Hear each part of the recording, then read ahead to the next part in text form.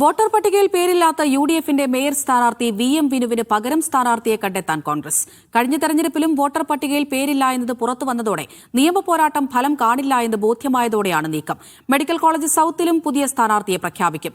ഏത് സാഹചര്യം നേരിടാനും പാർട്ടി സജ്ജമാണെന്ന് കോൺഗ്രസ് ജില്ലാ അധ്യക്ഷൻ. വോട്ടർ പട്ടികയിൽ പേരില്ലാത്ത മേയർ സ്ഥാനാർത്ഥി VM വിനുവിനും മെഡിക്കൽ കോളേജ് സൗത്ത് ഡിവിഷനിലെ സ്ഥാനാർത്ഥി ബിന്ദു കമ്മനക്കണ്ടിക്കും പകരം സ്ഥാനാർത്ഥികളെ കണ്ടെത്താനുള്ള ചർച്ചയിലാണ് കോൺഗ്രസ്.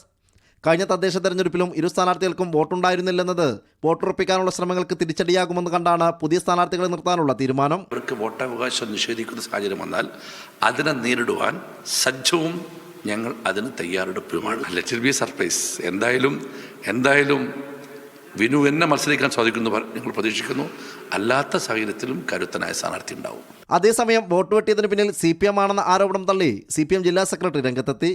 അദ്ദേഹത്തിൻ്റെ വോട്ട് വോട്ടർ പട്ടികയിൽ വന്നിട്ടില്ല. വോട്ടർ പട്ടികയിൽ വോട്ട് വന്നിട്ടില്ലെങ്കിൽ വോട്ട് വരുത്താൻ വേണ്ടിയിട്ടുള്ള അവസരങ്ങൾ ധാരാളമുണ്ടായിരുന്നു.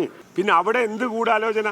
കോൺഗ്രസ് സാധാരണ കെട്ടിവെച്ച നുണയും നിങ്ങളുടെ കൂട്ടത്തിലുള്ള കുറേ ആളുകളുടെ സൗകര്യവും വെച്ചുകൊണ്ട് അതാ ഈ നാട്ടിൽ മുഴുവൻ പ്രചരിപ്പിച്ചിട്ടുള്ളത്. ഇതിനിടെ മൂന്നാലിങ്കൽ ഡിവിഷനിൽ മുൻ ലീഗ് കൗൺസിലർ K റംലത്തിനെ LDF സ്ഥാനാർത്ഥിയായി പ്രഖ്യാപിച്ചു.